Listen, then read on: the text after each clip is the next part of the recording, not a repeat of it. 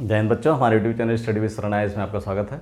आज ज्योग्राफी का एक चैप्टर है उल्कापिंड, धूमकेतु एवं क्षुद्र ग्रह में अंतर क्या होता है। ये अक्सर पूछा जाता है, उल्कापिंड क्या होते हैं, धूमकेतु क्या होते हैं, क्षुद्र ग्रह क्या होते हैं, ये कहाँ पाए जाते हैं, किससे बने होते हैं, और ये पृथ्वी के लिए खतरा कहाँ कितने हैं, और इनको हम पहचानें कैसे, इसके बारे में पूरा डिटेल हमने बताया है इसमें। तो पहले कॉलम में है उल्कापिंड, दूसरे में धूमकेतु, तीसरे में क्षुद्र ग्रह।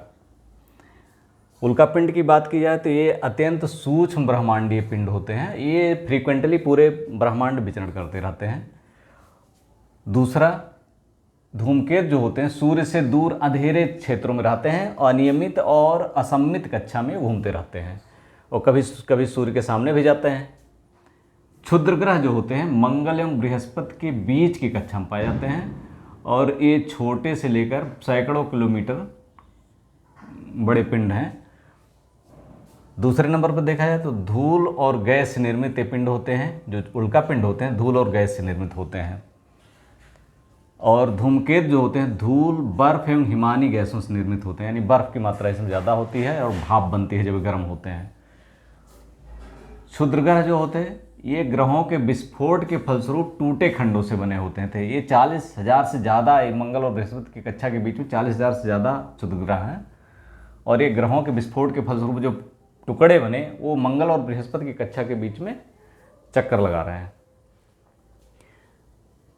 पृथ्वी, उल्कापिंड जो है पृथ्वी के क्षेत्र में आते ही घर्षण के कारण जल उठते हैं। हम देखते होंगे कि कभी रात में देखिए शूटिंग स्टार है, टूटता तारा हम कहते हैं।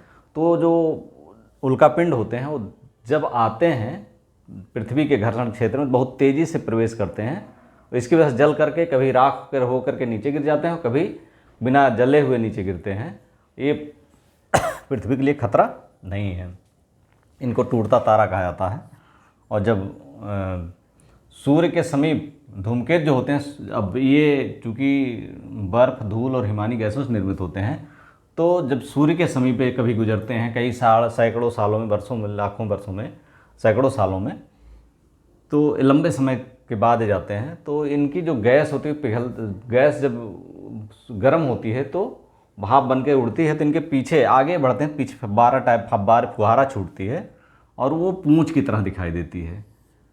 तो इसीलिए इनको पुच्छल तारा भी कहते हैं, धूमकेतु को पुच्छल तारा कहते हैं। और यहाँ पर अगर इसकी बात देखी जाए तो पृथ्वी के ओर आने पर ये खतरनाक हो सकते हैं। क्षुद्र ग्रह जो होते हैं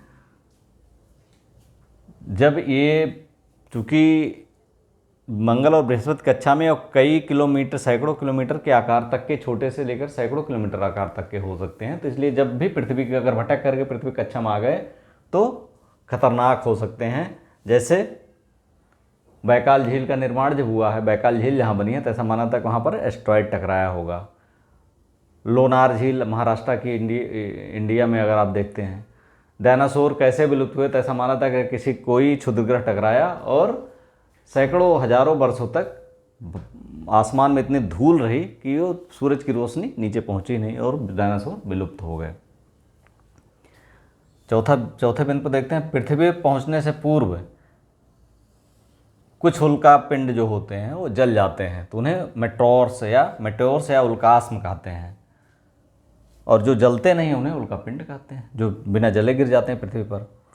और धूमकेतु को सामान्य अवस्था में पुच्छल तारा, धूमकेतु सामान्य अवस्था में जो पुच्छल तारा होता है, जिसे सूर्य से दूर होता है, तो इसमें पूंछ नहीं होती, क्योंकि पूंछ तो जब सूर्य के सामने जाती है तो भाप बन के जो उनकी बर्फ़ वो पिघल के पीछे, चूँकि कोई चीज़ आगे जाएगी तो पीछे जेट छोड़ती है, पीछे हवा जो है जाती है। अगर आप हवाई जहाज़ को कभी आसमान में देखिए तो पीछे जो है एक वेव बनाती है, वेव्स या तरंग की तरह दिखती है। अगर आप नाव बहुत तेज़ चला रहे हैं, स्टीमर्स बहुत तेज़ चल रहे हैं, तो पीछे वेव्स उसकी बनती, तो ऐसे ही इसमें भी बनती है।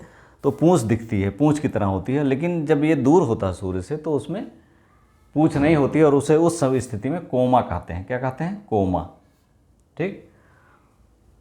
क्षुद्र ग्रह चूँकि पृथ्वी के लिए बहुत खतरनाक हो सकते हैं अगर भटक के आएँ, कई बार विलुप्ति की संभावना या विलुप्त हो चुके हैं प्राणी इससे टकराने से, तो इसलिए जो है जापान के हायाबुसा एक यान है, अंतरिक्ष यान है, वो क्षुद्र ग्रह से मिट्टी पृथ्वी पर लाया जा चुका है जिससे उसका ठीक से अध्ययन किया जा सके। उल्कापिंड जो जल नहीं पाते उन्हें उल्कापिंड कहते हैं, और जो जल जाते हैं उन्हें मेटोर्स या उल्कास्म कहते हैं। धूमकेतु सबसे अच्छा उदाहरण 1986 में दिखा हुआ हेली पुच्छल तारा, हेली बाब पुच्छल तारा, 76 वर्षों में एक बार दिखता है। ये पुच्छल तारा 1986 में दिखा था। कब दिखा था? 1986 में।